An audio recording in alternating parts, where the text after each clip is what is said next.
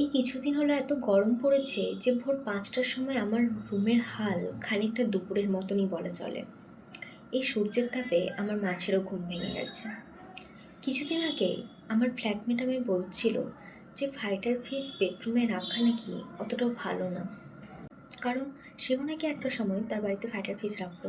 তারপর নাকি তার রিলেশনশিপের ব্রেকআপ হয়েছে, তার মা বাবার সাথে তার রিলেশনশিপে অনেক রকম ঝামেলাঝাটি হয়েছে।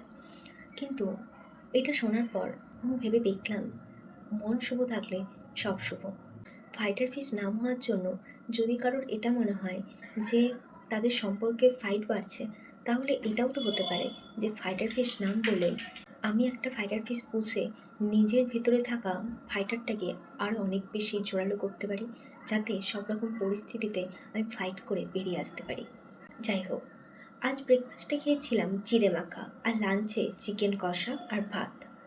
সন্ধ্যাবেলায় আমি আর রাজেশ বেরিয়েছিলাম একটা স্টাডি টেবিল কিনতে।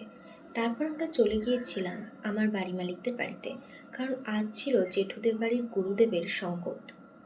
দেন জেঠিমা আমাদের এত প্রসাদ খেতে দিয়েছিল যে সেটা খেয়েই আমাদের পেট ভরে গিয়েছিল।